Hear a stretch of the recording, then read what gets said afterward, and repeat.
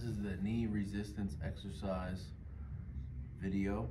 I'm skipping over the exercises that are also in the hip video, and I'll reference the timestamp on the hip video in the lab. So we're gonna skip over bridges, supine clamshells, standing hip four-way, and go right to your short arc quad.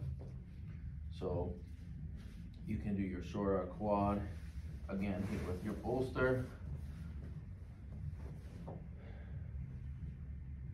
adding a weight. You can make this eccentric by pulling with the strap, slowly lowering without the strap,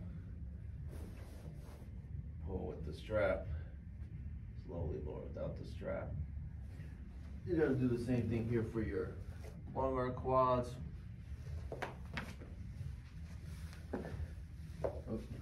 Where you're gonna kick for a long arc quad, add a weight to make it harder, and then add the strap for your eccentric only. Use the strap to help it on the way up. Slowly lower it down.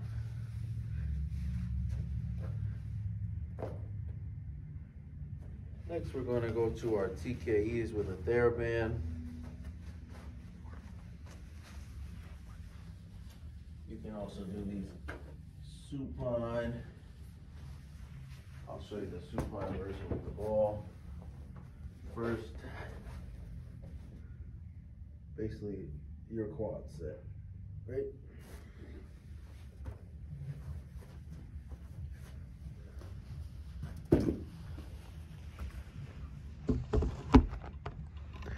Then we'll make our way over to the TheraBand.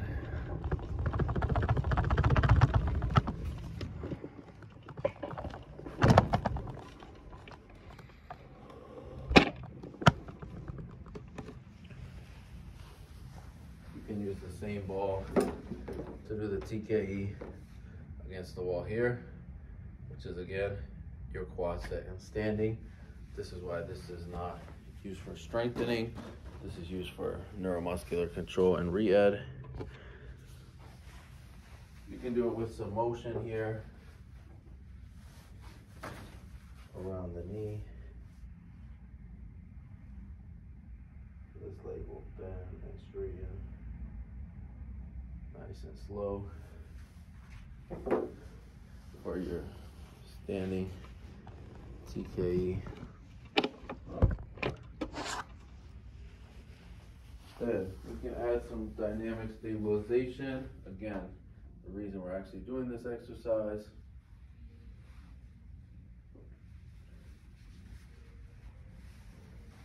So we can do it with a lunge.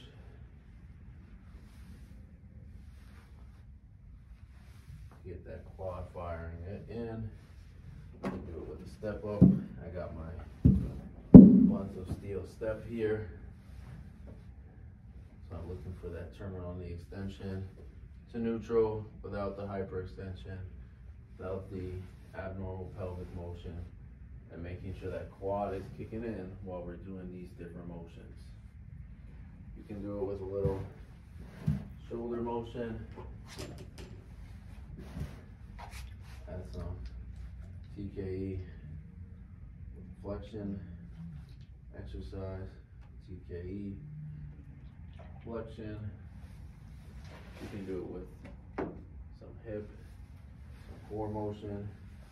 Again, TKE, and then I could do any motion here with my hip. I could do a TKE with a march and a heel strike to help for that gait pattern. TKE, heel strike, and you can mix it all up.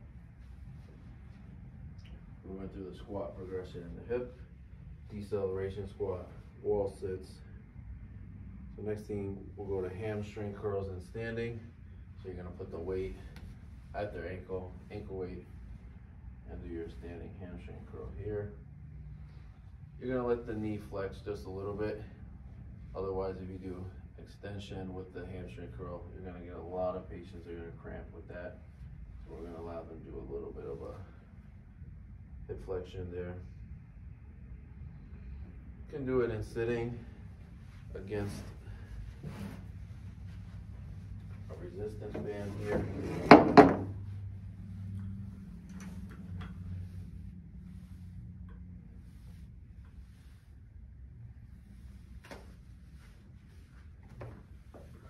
Or you can do that same hamstring curl motion in prone. Quadruped and donkey kicks were in the hip. Quadruped hydrants were in the hip. Calf raises. So we have your calf raises here. You have your same thing. You're going to progress at the single leg. To do eccentric, you're going to go up with 2, down with 1. Up with 2, eccentric on the right. Split squat is in the hip. Step up is in the hip. Lateral step up is in the hip. Heel tap is in the hip. Deadlift is in the hip. Lunges, sliders, monster walks, sit to stands. Stool scoots that are hamstring exercise. So you're gonna use your heel, dig forward, and push your body forward. This is a stool scoot, and they will go back. Currently in my facility, most facilities don't recommend this exercise just because putting the patient on a rolling stool, and if they fall over, basically you'd have to guard them during this entire exercise as you're putting them under an unstable surface without something to hold on to, no guarding. So that's why most facilities don't recommend this.